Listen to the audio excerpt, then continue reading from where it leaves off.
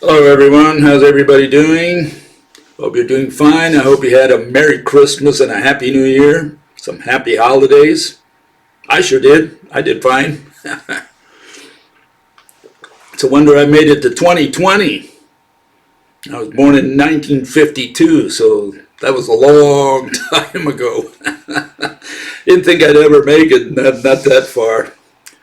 Anyways, just a reminder, we're going to have a conference at the beginning of April.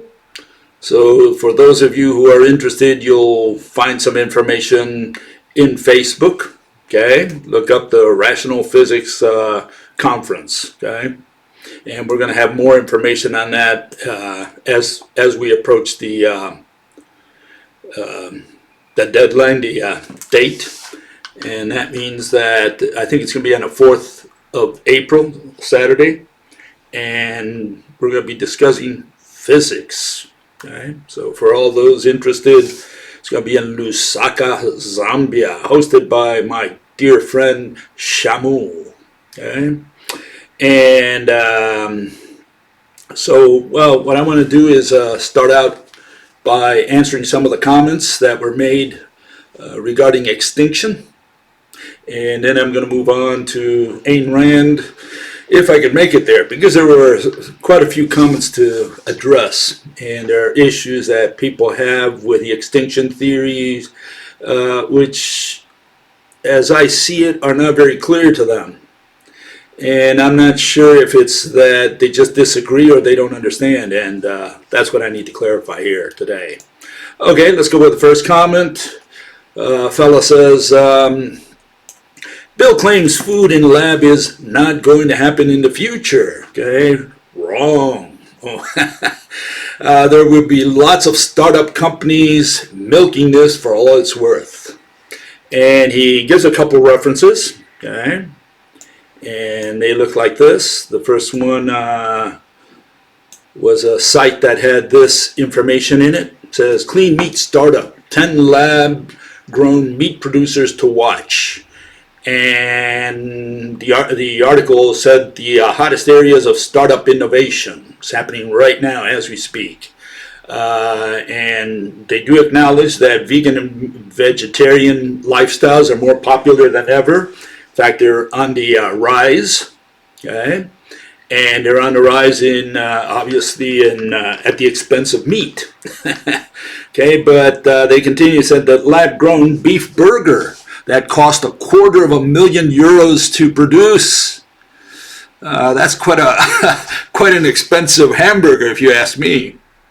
And it says Google co-founder Sergey Brin footed the bill. Okay. So obviously, some people are working on making some artificial. Let me get this thing out. Some artificial meat. Okay. I don't know. I don't think I'm going to go for artificial meat, but the question is, we have also the vegetarians growing in numbers, vegans and vegetarians, and so the question is whether that's an industry that has a future, first, and second, if they're going to put billions of people to work. And it gives another reference. I just want to put that up just in case. Lab-grown meat startup raises $14 million to build production plants. So they're going to be building these plants. They're going to be doing a little bit of genetic. I like to call it God's work. You know, we're going to be gods here. We're going to be creating some artificial meat. Okay. And forget about that steak that had a little bone in it. No, I don't think they're going to worry about the bone. I think there's going to be pure meat. Okay. It says Future Meat Technologies, a startup that makes lab-grown meat, raised $14 million in its Series A funding round. Okay, so some people are investing in this, rich people or rich companies. Cultured meat is made by using stem cells from the fat or muscle of an animal. And that is interesting because all mammals that we are raising, livestock, etc., they're losing their genetic diversity, and in great measure because of us, because we're inseminating them artificially. And from that stock, they're going to be making these burgers. Okay, so we're going to have some very cloney type hamburgers. They're all going to look the same. By 2021, Future Meat is planning on selling hybrid products that use lab-grown fat and plant protein. Okay, so he's saying that I didn't know what I was talking about, because apparently they are growing meat already artificially. So what's the context? What's the issue? Well, the first issue I want to make sure that you understand is that, you know, the fact that a guy like the, the Google founder backed it up, it doesn't mean that, oh, it's scientific and we got to all rush in there because we got a very important guy that's got a lot of money that invested in it. Yeah, here's another loony that invests in stuff. His name is Elon Musk. Okay? Elon Musk is a guy who leads space exploration technologies known as SpaceX, where he oversees the development and manufacturing of advanced rockets and spacecraft for missions to and beyond the Earth orbit. Founded in 2002, SpaceX mission is to enable humans to become a spacefaring civilization and a multi-planet species by building a self-sustaining city on Mars. Okay. Now, I suspect Elon Musk subscribes to that. You know, that's not taken from any of his sites, but this is the word that's out there. Okay, other sites mention this. Mars, city on Mars. Hopefully, they don't plan to terraform first. If there's going to be a city, it's going to have to be transported from here. In other words, all the stuff that we're going to need there, it's going to be transported from over here. And one thing is to put a little garage and put 5 people in there, which I don't think is going to happen either. But aside from that, I mean, a city? What are we talking about here? Are we saying that we're going to be transporting food and water to these people? You know, to feed them for every day that they stay in Mars? Are we going to have these oxygen tanks, the enormous oxygen tanks there, you know, helping them breathe? They go out with their space suit when they walk around, and then they come back into the compound, whatever we've got there. We're going to be building all this? Billions of dollars for whom? For a few rich people? You know, there are lots of problems here on Earth, and these people are talking about building a little city. A city, huh? We're not talking about a little, you know, hardware store or you know, some little hut out there. We're talking about a city, and they're saying a city's going to be up there, and who's going to go there, and are they going to live there, and are we going to feed them from the earth? You know, these people are dreaming. Not only does it cost trillions to do this whole thing that they've got in their mind, there's no way it's going to ever happen. There's absolutely no way. These people watch too many Hollywood movies. Okay. One thing is, if you could terraform the surface of Mars, it would be pretty good. But then we have another problem. That's gravity. You know, Mars is a smaller planet, has much less gravity than the Earth.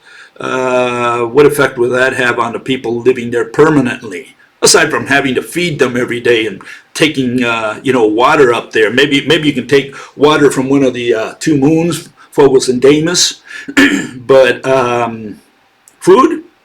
I don't think they'll be able to grow it up there. I mean, they've been watching maybe this fellow who got stuck on Mars and says, oh, he grew potatoes over there, you know. Okay, I mean, if you want to believe that nonsense, fine. You know, what can I say? I certainly need to buy into it. But here's part of the problem. Let's go with the first problem. The first problem is that veggies are on the rise.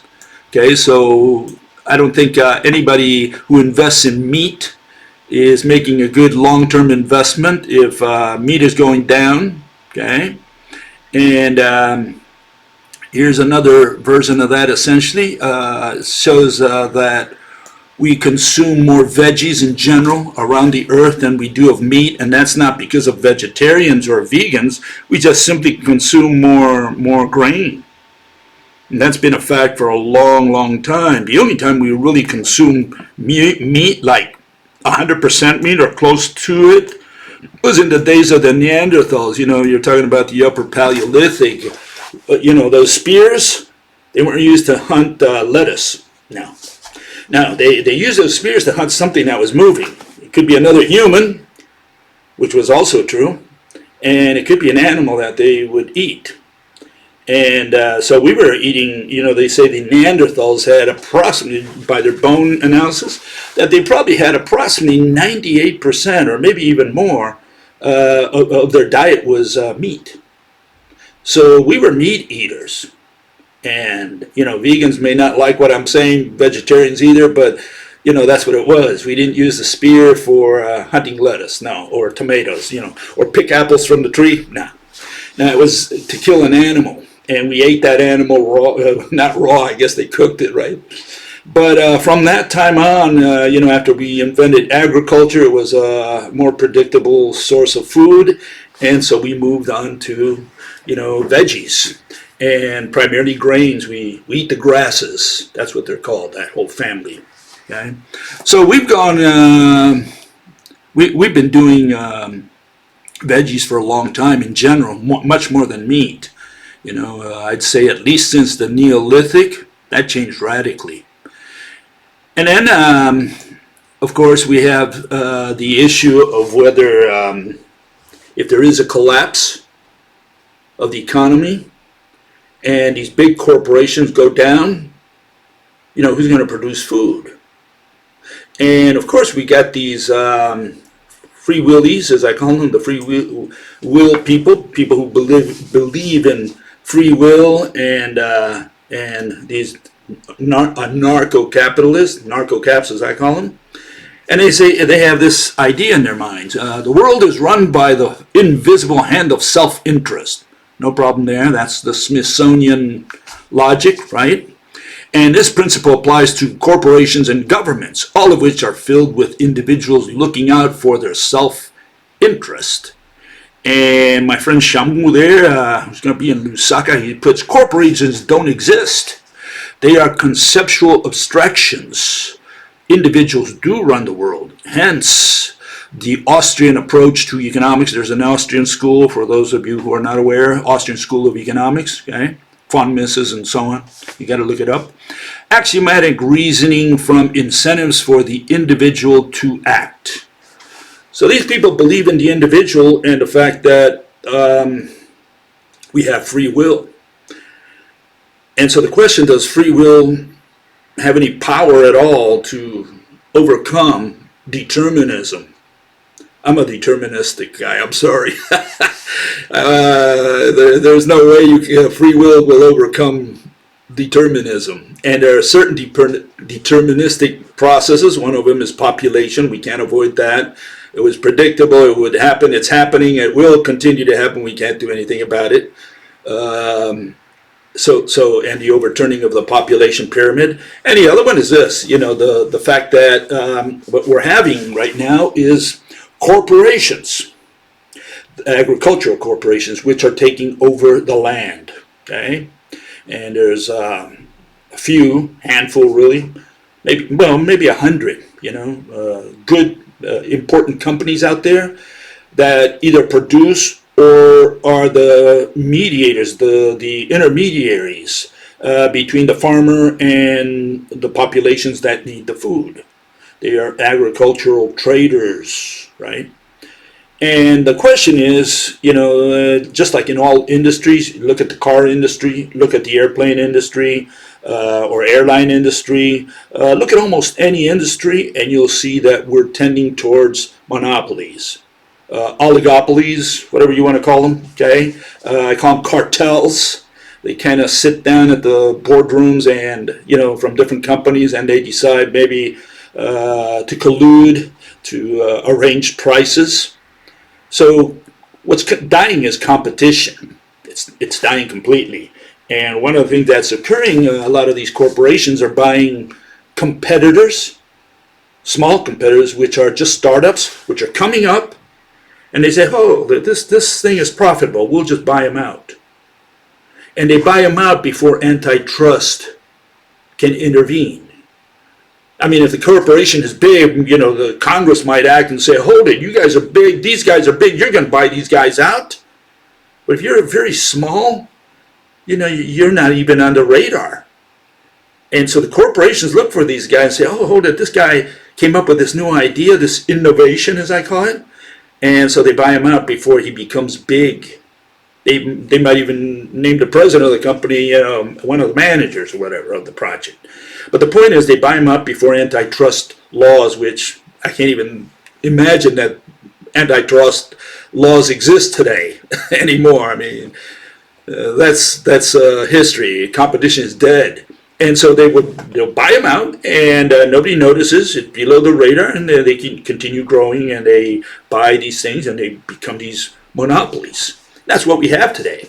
And now let's assume, in this case here, that the food companies, right? We end up with 3, 4, 5 food companies. 10, you want 10? Fine, I'll put 10. 10 food companies.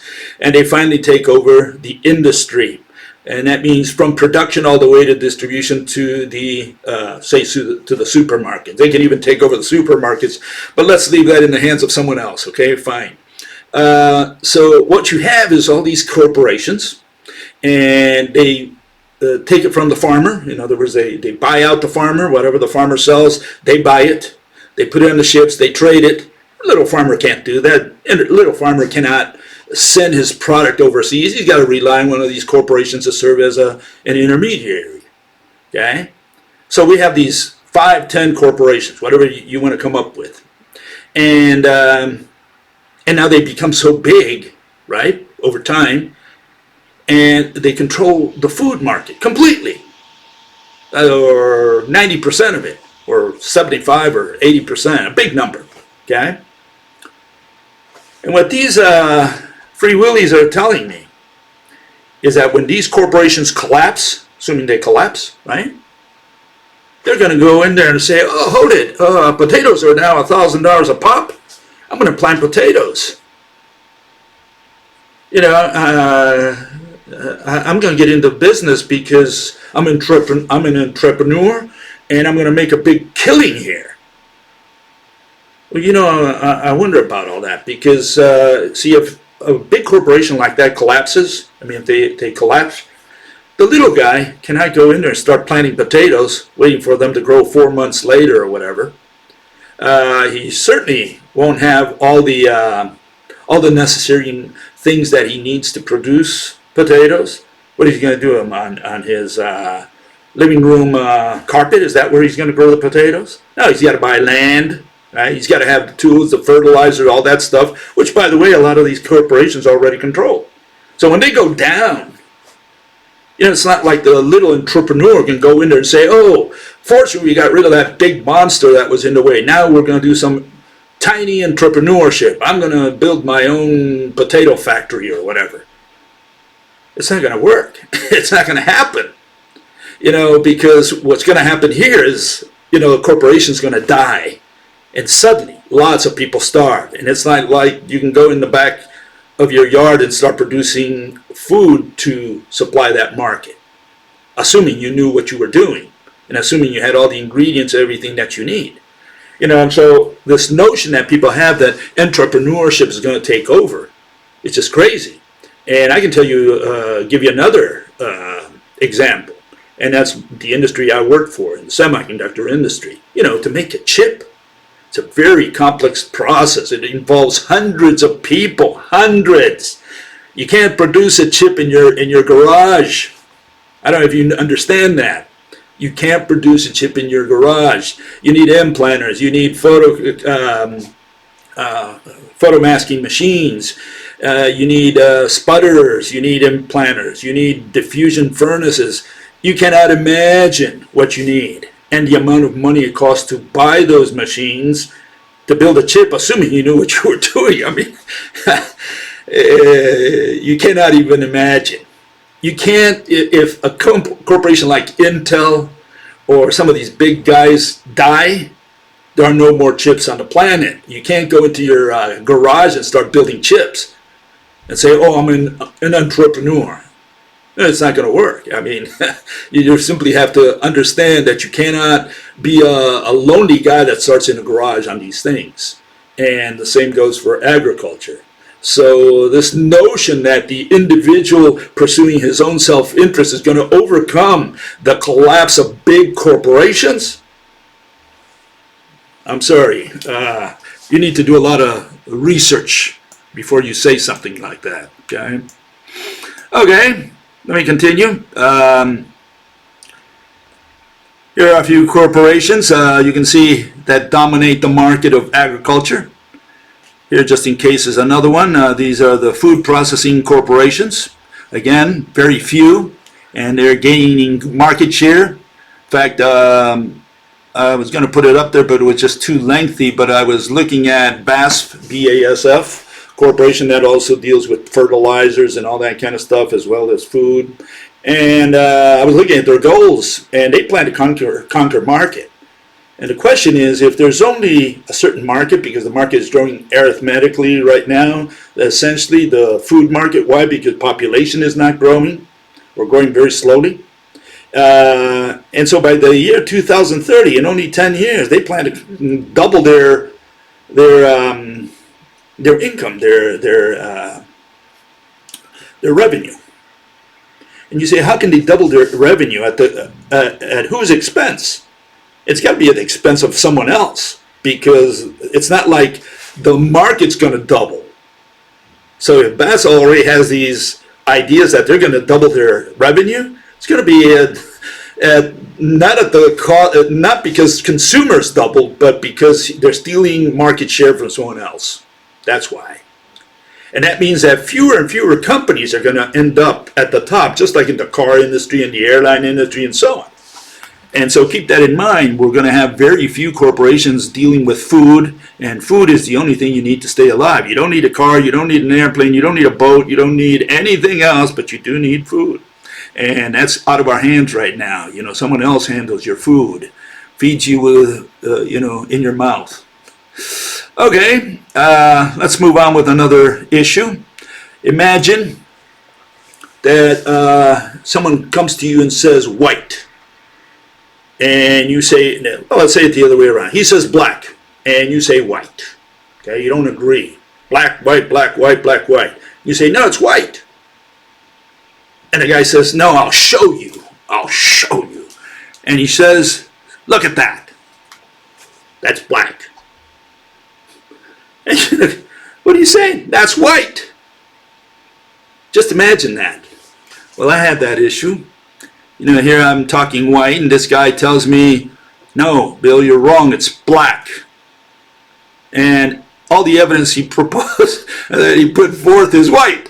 So you wonder, you know, what's going on in this guy's mind. And here it is. It says the following. He says, Bill claims women don't have choice because we moved from the country to the city. No room for babies. In other words, the choice to have a baby, right? And wrong. Okay, well, I'm wrong. Okay, let's look at some real data. Let's look at some real data. And so he puts out a link. I go to that link, okay, and I look at it, and I'll cover that in a second. But he says, continues, but Africa and parts of Middle East, Asia are growing into the 2100s, 22nd century, okay? Let's look at real data projections. And again, he provides a link. And I go to these links. I'm saying, what is he talking about? I mean, you know, maybe he knows something I don't. And I go to the first one, and it has this. And what I see is what I said. World population is projected to nearly stop growing by the end of the century. Another important comment there, the ones that I underline there, the global fertility rate is expected to be 1.9 births per woman by 2100, down from 2.5 today. And I think that's very optimistic, but that's what the article said. The world median age is expected to increase to 42 in 2100, up from current 31. Global fertility is falling as the world is aging. Well, that's all of what I said. So you wonder what this guy had in his mind. I mean, what was he thinking of when I said that we're aging, we're not having children? And he seems to think that I'm wrong. And he gives me references that show that I'm right. Okay, and then I look at the second article and I see the same thing. And they show this graph, okay? So it talks about world population growth all the way to 2100. And again, you can see that we have what is known as approaching the asymptote. And I guess this guy doesn't know what an asymptote is, so I put the definition there. An asymptote of a curve is a line such that the distance between the curve and the line approaches zero. Okay, that's called an asymptote. That means we are approaching a flat curve. We're going to reach ZPG. Why? Because women are not having babies and because we are growing older. You know, and so you wonder what this guy had in the back of his mind, why he's talking about this stuff, where he says, you know, that I'm wrong, that somehow the population is not aging, that women are not having babies. And then and he has this idea that, you know, women in Africa, you know, because the black people are so ignorant, right? And they have all these children. You know, I think it's a racist point of view. You know, what's happening is women all over the world, in Africa, in South America, in Asia, they're moving to the cities within their countries. So in Nigeria, if someone's in the country, they move to Lagos, you know, to the main city. In Argentina, they move to Buenos Aires. In Mexico, they move to Mexico City. That's why you got all these big monster cities today and no one in the country. Well, who's buying the country out? The big corporation, agricultural corporations, and they mass produce food for the cities. That's what's happening. And so what is this guy talking about? I have no idea. But I like the other one. It says, again, women choose not to have babies because they don't need to.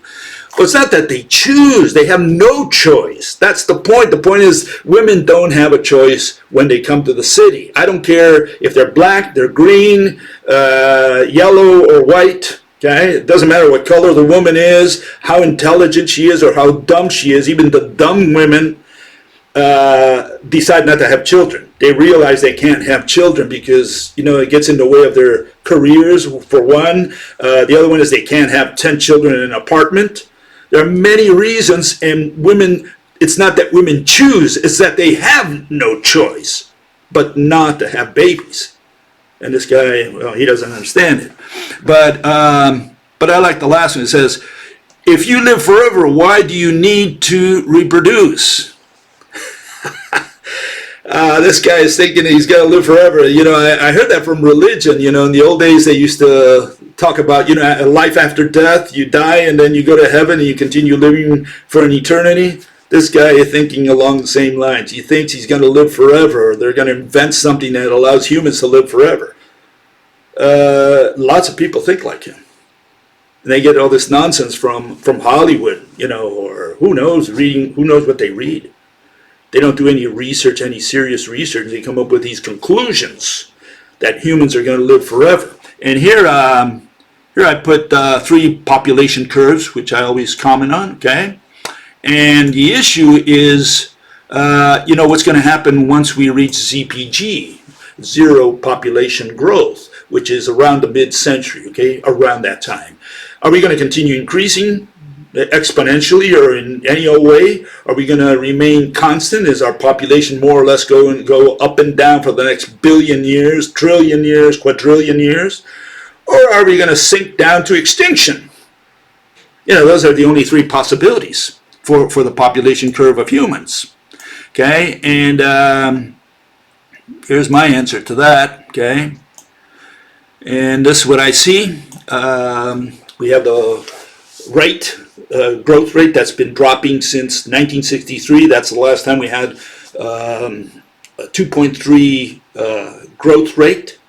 And that's going to drop down to 0 by mid-century. I don't think, I put 2075, but I think I was being too generous. I don't think it's going to happen that far out. It's going to happen much sooner than that. That curve should be steeper. But regardless, once you reach ZPG, you can see the curve is pointing downwards. It's not pointing upwards or in any way constant. No, we're going to go down to extinction. And part of that reason is that, we're not producing consumers, and that's going to affect a lot of industries. A lot of industries are already merging right now. I can't imagine once there are fewer customers, they're going to have to fight for the crumbs. Car companies, airline industry, whoever, they're all going to have to fight for what's left. And there's not going to be a big market where next year you're going to have more sales because there are not going to be more people. So there's not going to be more demand. And as that crunches inwards, these people have to fight, merge, whatever they do. And to think that an entrepreneur, a little guy out there in the street said, oh, I think I'm going to make a killing. I'm going to get into the airline industry. Or in the car industry, you build your own McLaren or Ferrari in your garage, say, oh, I'm going to build this great company. People are really out of their mind. Competition is dead. There is no more competition. And it can never come back again. It can never come back for the important industries. And until you understand that, you think of free will, but it's a deterministic process. At least that's my take on that. Okay.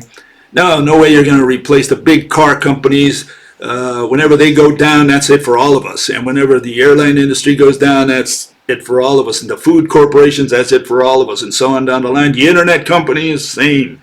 How many internet companies do you know? Well, I had a list there, but I didn't bring it because it's too lengthy. But yeah, we have no competition anymore. It's all collusion at the upper levels, and there's oligopolies. That's all we have today for the majority of workers in the world, at least. Okay, and for those providing necessary services, goods and services. Okay. Another comment that was made says, Bill claims we are an old species, animal, even though we have only been around on the earth for 300,000 years. Okay, check out some of the oldest animals on earth which are still around today. They haven't been extinct, Bill. Okay, we simply don't compare. We are so young. And mentions a few old species. Well, again, this individual doesn't do any research and just talks out of the corner of his mouth because he doesn't understand anything, The first problem is that there are no Lazarus species, or known as also living fossils, okay? And here's a comment. This comes from the Wikipedia, but, anyone who does research will find out the same thing everywhere, okay? Anyone who reads the literature, okay?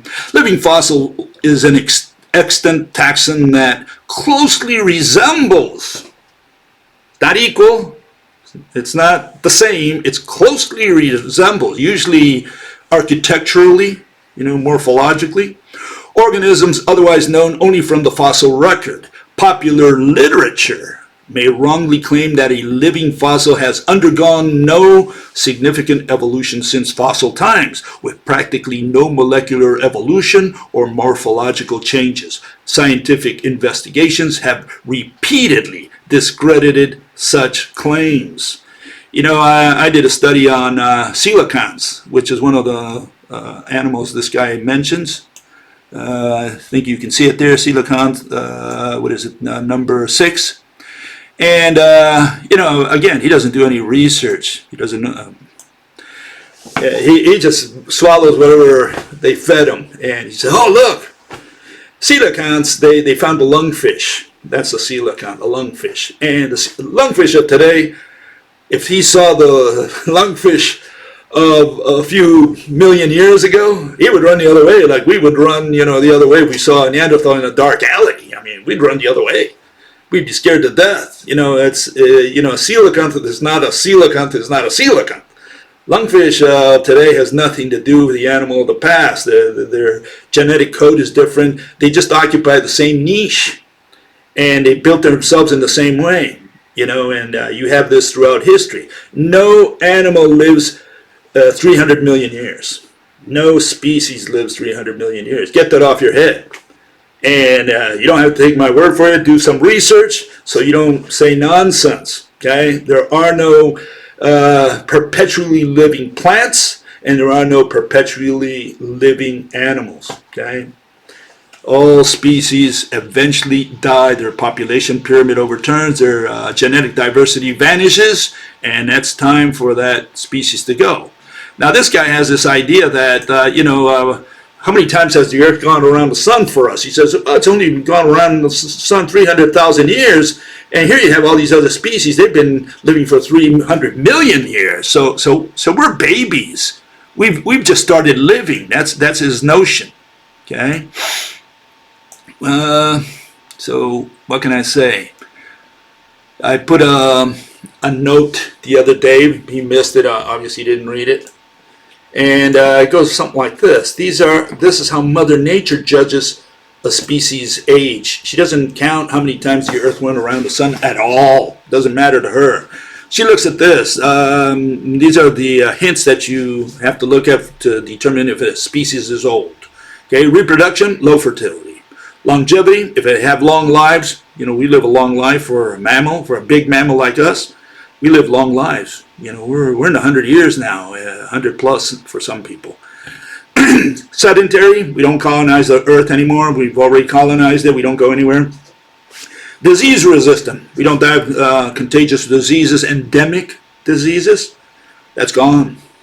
We die now of genetic diseases, cancer, diabetes, I'd have arthritis, we have other type of diseases, and they're all related to our genetics, not contagious diseases. Very few people proportionally die of genetic diseases. We die of heart disease, stuff like that,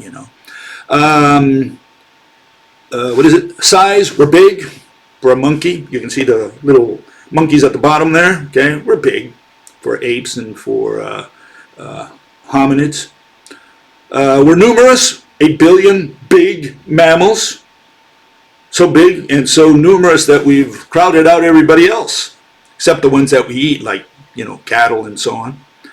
And we don't have any more genetic diversity. We lost our genetic diversity. A person in China has the same genetic diversity or same genetic code, more or less, is a brother or a sister from a genetic point of view as someone in South America or Russia or the United States. There is no difference in our genetic code anymore. We're all clones.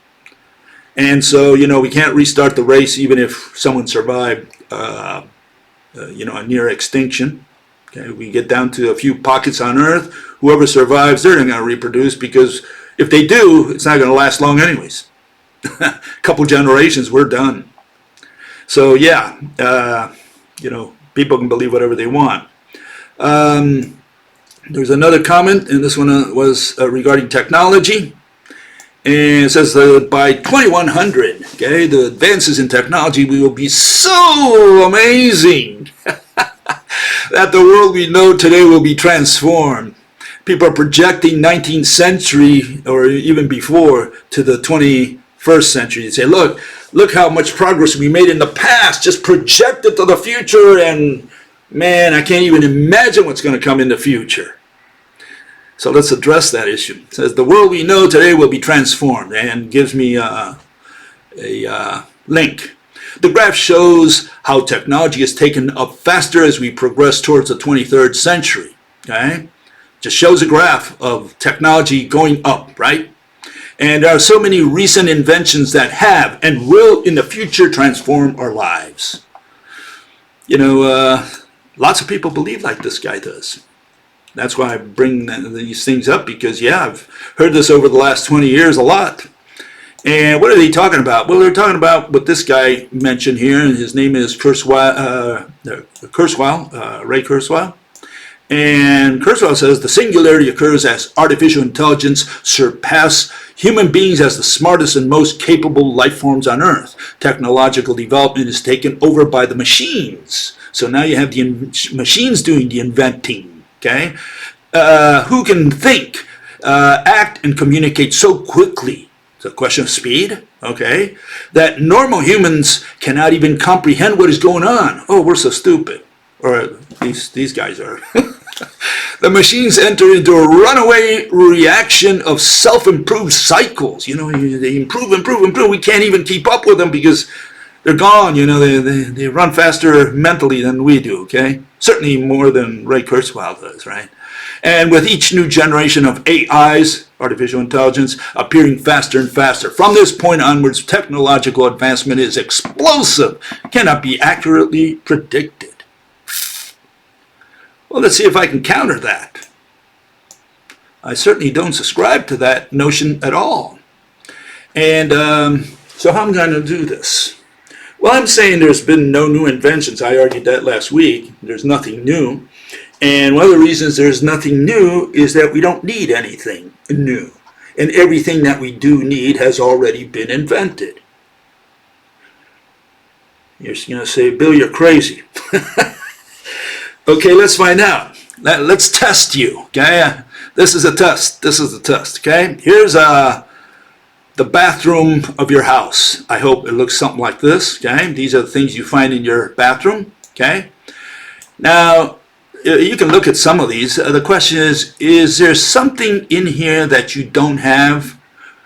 Or if you need it that has not been invented, what would you think needs to be invented so that your bathroom works more efficiently and more comfortable for you?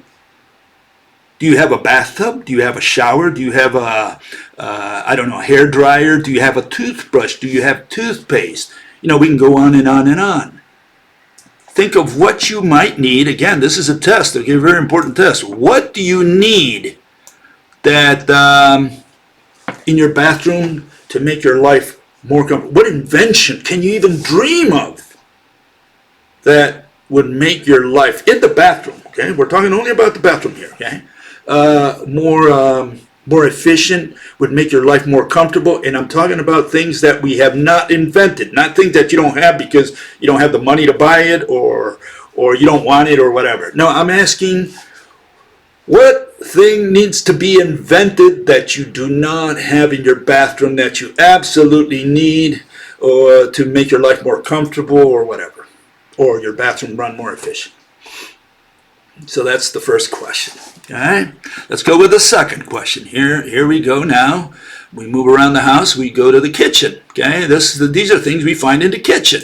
Okay, we have pots and pans. We have kettles. We have tablecloth and tables. Washing machine. We have a refrigerator. I can't live without a refrigerator. I need something to get my beer cold. Okay, we have what do you call the cooker or oven or stove. It's got burners. We have kettles. Microwave.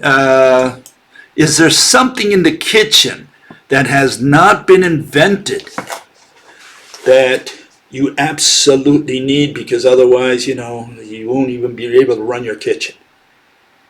And I can give you an example also. I think you go into Bill Gates' house, or you go to the Queen, Queen of England, Queen Elizabeth's house, her little tiny house, and you go to the kitchen or you go to the bathroom, and I'm wondering if you're going to find something so radically different that you don't find in your bathroom or your kitchen. I mean, does she have toilet paper? Or does she have some magical stuff that's out of this world? Is there anything that she, with all her money, would like to have that she cannot buy? I mean, you would think that if there's something that she could imagine that she needs in her bathroom, she's got the money. Obviously, she would put someone and say, hey, I need for you to make something that does this for me that I don't have right now. And I'm sure that if you go to any bathroom on planet Earth, other than very poor people, obviously, but, take anyone in Europe or Japan or the United States, and you're going to find more or less the same things. Because you don't need anything else. You've got everything you need that the pharaohs wanted or that Julius Caesar wanted. We've got it all in the bathroom. If you go to the kitchen, the same thing. We've got everything we needed. We needed a stove. We needed something to, make meat last longer, so you put it in a freezer or whatever. We got all these things today. What do you need in the kitchen that you don't have, that you think needs to be invented? And I'm sure you can't come up with anything. We've got everything we need in the kitchen. We have everything we need in the bathroom. Let's continue. Let's find out what surprising things we might find in 2,000 years if we came back, right? Took a trip on the time machine with Mr. Einstein. Here's the living room, okay? What do we have there? Well, you might have a couch, you have a clock, floor lamp, you have a carpet, right? You have a armchair, you can have also a love seat maybe, you know, somewhere, maybe a painting, you have bookshelf, curtains. Is there something that you're missing? I mean, look around, just go to your living room and see if you can come up. That's a test, right? See if you can come up with something that you don't have in your living room that you can invent, that you can make an industry, put billions of people to work. Or do you have everything you need inside the living room, and that's why we don't have any new industries to manufacture anything for the living room, the kitchen, or the bathroom, because we've covered every base. We've got everything that Alexander the Great would have loved to make his life more comfortable, because he obviously didn't have paper tissue, for example, bathroom tissue. He didn't have a toilet, like we have today with a little button or whatever. So we've got all these things. We have everything we always wanted, and that's why all houses have the same type of toilet, more or less. Flushable toilet. We have running water. They didn't have these things in the old days. Water was handled a little differently. Today we open that faucet and water just comes out. Where did it come from? Well, from God. I don't know, from heaven. We don't even know. We don't care. It's like, it's there. And so what do you need that you don't have? That's the question. See, because if you can come up with something, you can become a millionaire. And the point here is that you cannot even imagine anything that has not been invented. And you might say, well, of course, Bill, because, we cannot imagine what has not been invented. Well, you'd be wrong. That's a wrong answer. It's an irrational answer. See, when Jules Verne came up with Voyage to the Moon, he was dreaming about something that they didn't have in the 19th century. And it turned out, it materialized 100 years later. We went to the moon. So yeah, it took a long time to make it, but it was within the possibilities of physics. It was something we could create within physics. And the question is, what can you come up with that within physics, within the possibilities of physics, what can you imagine? Forget about making it. What can you imagine that you don't have that would make your life more comfortable? And you might come up with one or two things, I don't know, something, a video game that you don't have, some stupid thing like that has no importance whatsoever, and say, well, I want this, I really want this. Yeah, I mean, we're talking about things that people need in general that would spread across the planet, that would put billions of people to work, and you won't find it. You cannot even imagine it. We've got everything we need on planet Earth to make life more comfortable. I mean, some people don't have it because they don't have access to it, they don't have money or whatever.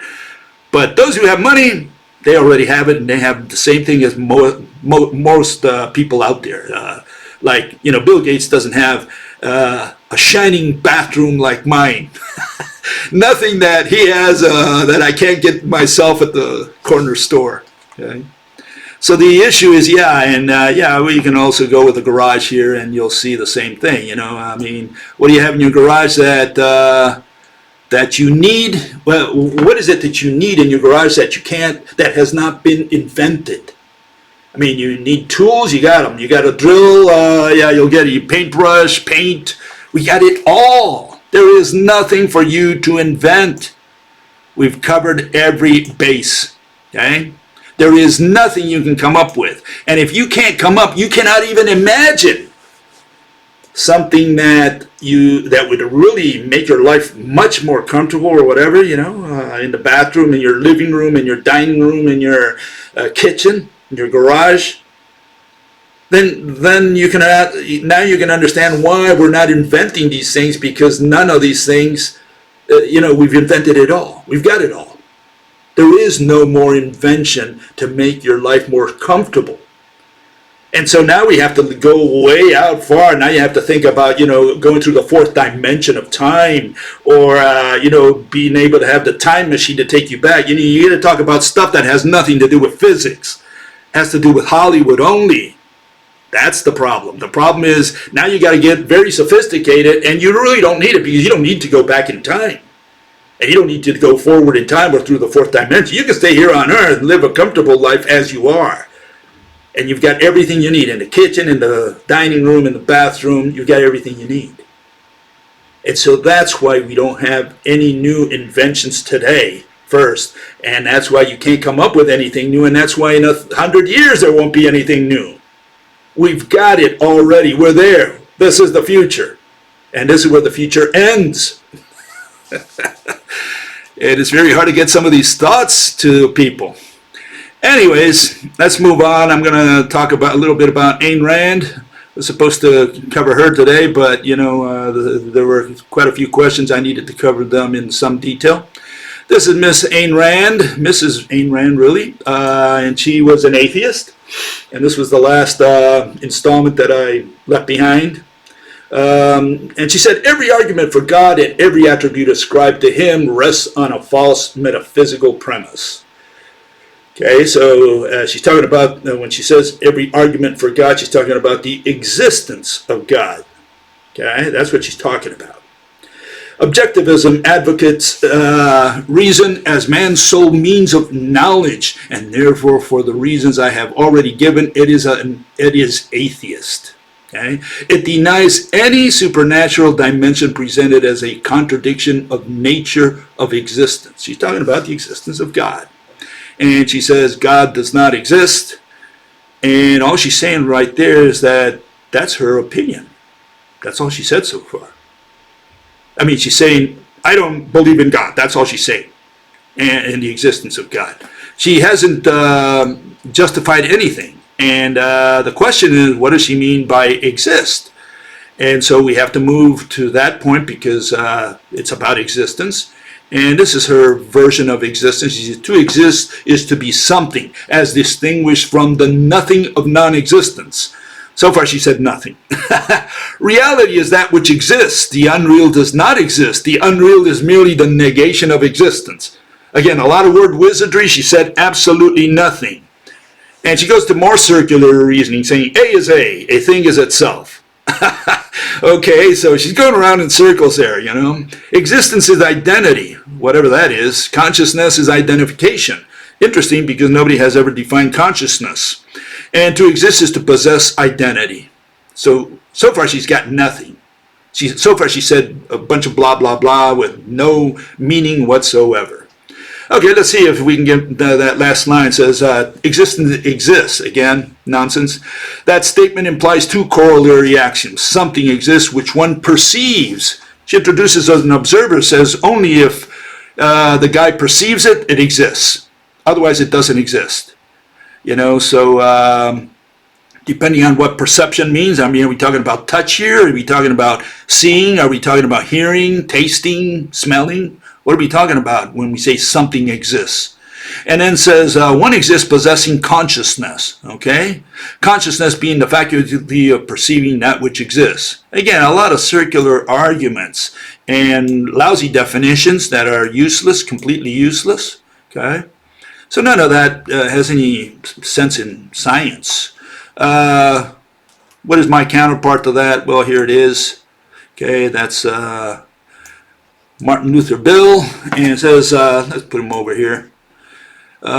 In science, it is irrational to say, I believe or I know that God exists, which is what the theists say. I believe or know, right, that God doesn't exist. That's what the atheist says, Ayn Rand. And then the agnostic says, I don't know whether God exists. How do you prove God's existence? Or, is there a way? Or I don't think there is a way. And, they go through all this nonsense.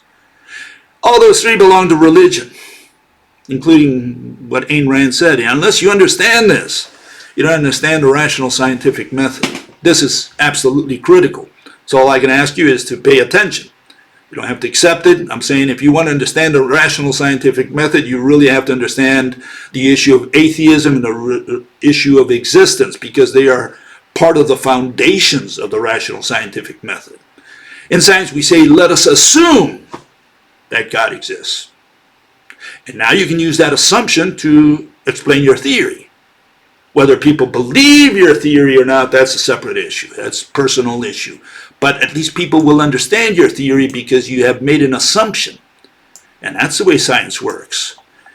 And here's the definition of existence, just in case, because we have to define what existence means. And here we have it. Exists, it's physical presence. Means that it has to have an object. Okay, it's got to be an object. An object is that which has shape. And that object has to have location. If the object does not have location, it does not exist. And what do we mean by that? Well, location is the set of distances from that object, from the surface or the center, wherever you want to take it from. Depends on everybody's definition, not important. The distance from that object to all the other matter in the universe.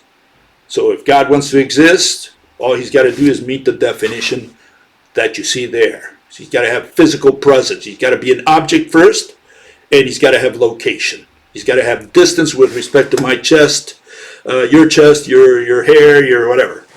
Okay? He's got to have distance. Otherwise, he doesn't exist. And there is no way God can hide in the 5th dimension or the 26th dimension of string theory or whatever. He can't hide over there because there's still a straight line from him to me. I don't care where he wants to hide. in the 26th dimensional universe, fine, he can hide anywhere he wants. There's got to be a straight line from him to me anyways. Otherwise, he doesn't exist by definition. It's by definition, not because I believe. And you can see there's no provision for belief or knowledge in the definition there. You know, God exists by definition if he meets the condition, the criteria, the specification of the definition. Okay? And then, of course, here's the scientific method. And this is where we part company with what we see out there today in the so-called scientific world.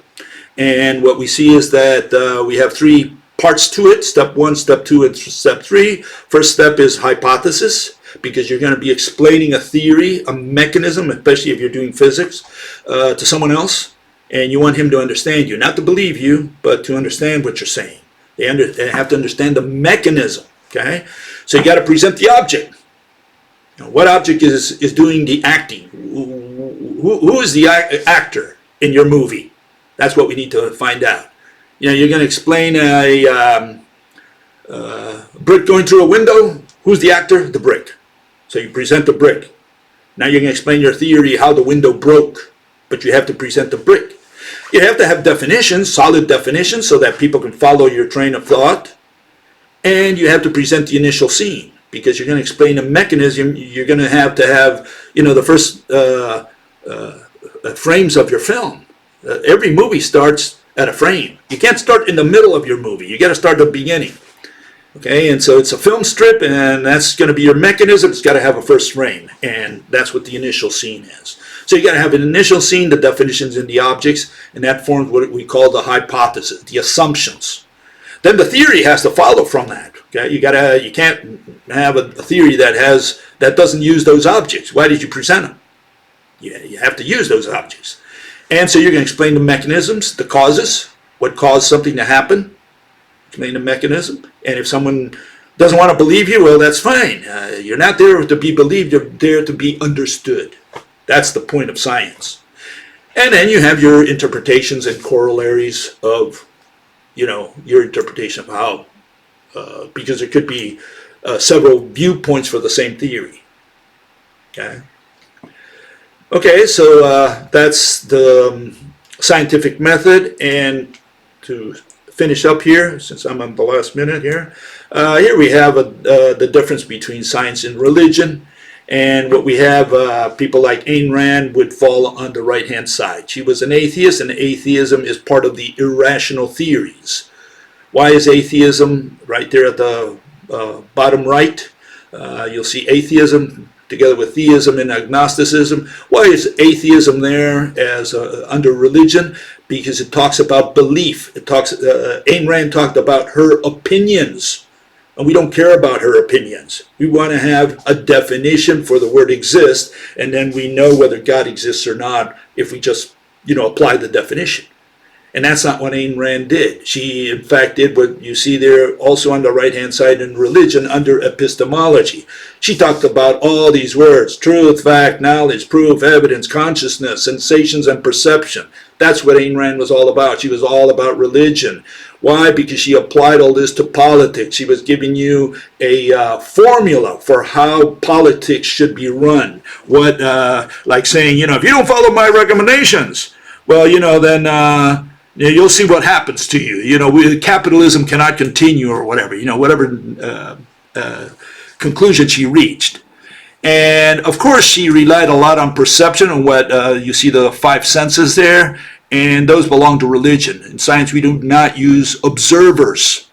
We do not use the senses. The only sense we use is the common sense, which is the least common of all senses. Okay, what we do in physics, especially, we try to explain causes and mechanisms. For that, you need objects and you need definitions. So you can see the difference. Hopefully you can see the difference between what Ayn Rand did, talking about atheism and the fact that she says there is no God, just a statement, just her belief, and just dismissing that and saying, I'm going to do this in a different way. Fine, but that's only a recommendation. That's only for the purposes of politics, which is just a branch of religion. It's got nothing to do with rational science, where you say, look, I don't care if you believe in me or not, I just want you to understand what I'm presenting. That's different. That's a different approach to science. And that's what we do here in rational science. Anyways, with that, and again, Happy New Year to all of you. I will see you, on Sunday.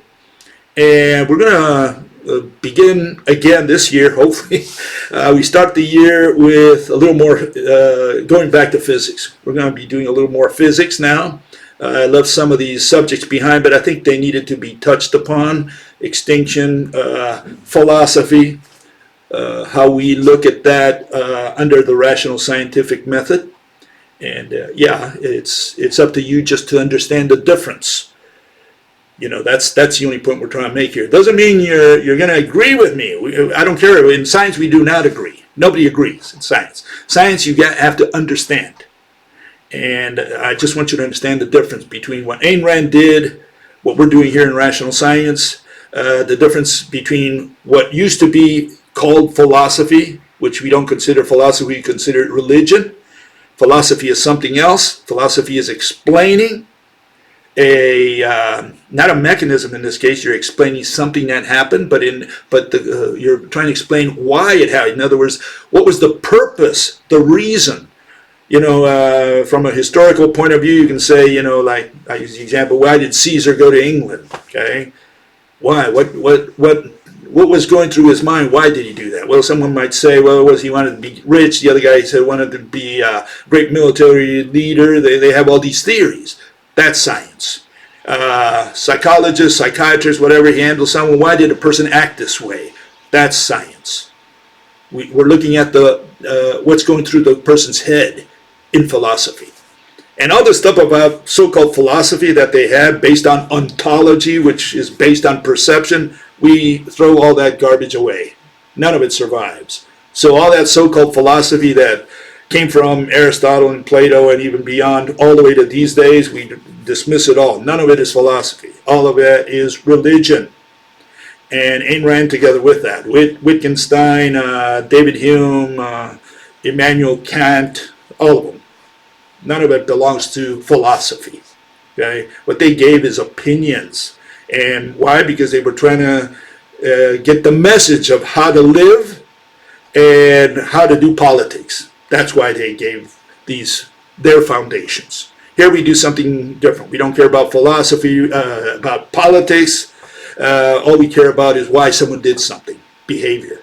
That's what philosophy addresses. Anyways, those subjects I had to cover so that they're there. They're on the record. You can check on them. You can read them or watch them at your own leisure, and you'll see the differences.